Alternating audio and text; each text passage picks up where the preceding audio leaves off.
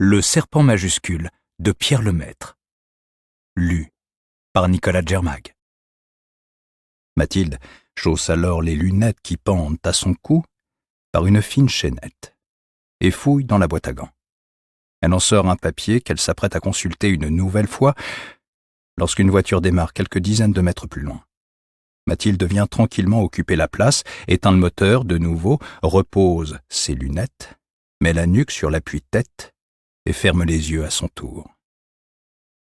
C'est un vrai miracle d'être enfin là, à l'heure. Elle se promet d'être dorénavant plus attentive.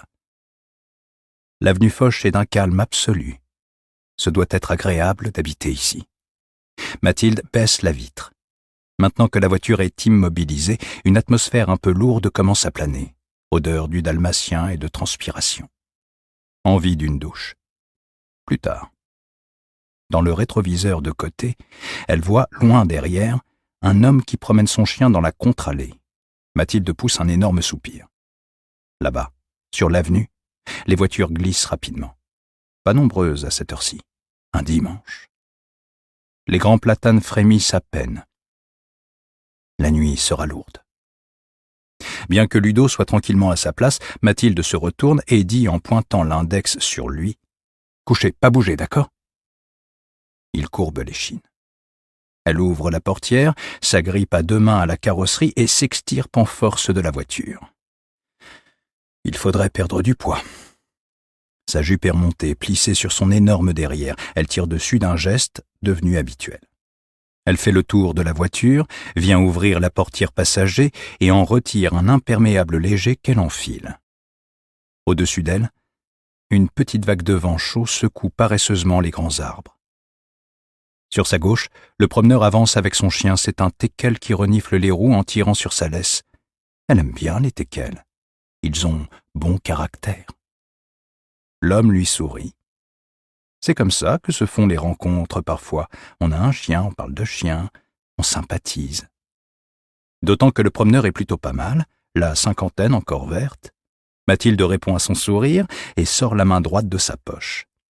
L'homme s'arrête net en découvrant le pistolet Desert Eagle prolongé par un silencieux. La lèvre supérieure de Mathilde se retrousse insensiblement. Pendant une fraction de seconde, le canon se dirige vers le front de l'homme, mais aussitôt il plonge et Mathilde lui tire une balle dans les parties. Il écarquille les yeux, ébahi. L'information n'est pas encore montée au cerveau. Il se courbe en deux, grimace enfin et s'écroule sans bruit. Mathilde fait lourdement le tour du corps. Une tache brune s'agrandit entre les jambes du type et gagne lentement sur le trottoir. L'homme a gardé les yeux grands ouverts, et la bouche aussi, dans une expression de surprise et de douleur foudroyante. Elle se penche et le regarde fixement. Il n'est pas mort. On pourrait lire sur le visage de Mathilde un curieux mélange d'étonnement et de satisfaction. On dirait une grosse enfant qui découvre, émerveillée, un insecte inhabituel. Elle fixe la bouche où le sang monte par petites vagues d'une odeur écœurante. Mathilde semble vouloir dire quelque chose. Ses lèvres tremblent. Sous l'effet de la stimulation nerveuse, son œil gauche est saisi d'un tiraillement spasmodique. Elle approche le canon de son arme, le pose au milieu du front, et met une sorte de râle. On pense que les yeux de l'homme vont lui sortir des orbites. Mathilde change soudain d'avis et lui tire une balle dans la gorge.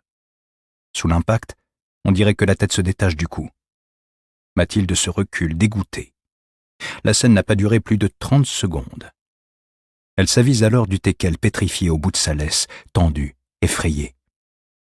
Il lève vers elle un regard hébété et reçoit lui aussi une balle dans la tête. La moitié du chien disparaît aussitôt sous l'impact. Ce qui reste est un quartier de viande. Mathilde se retourne, regarde l'avenue.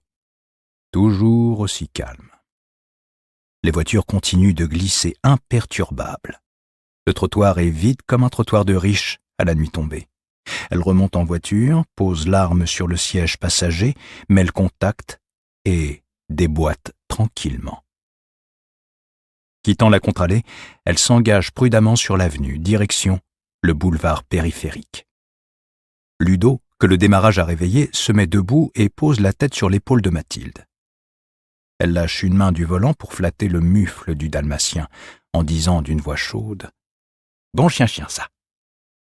Il est 21h40.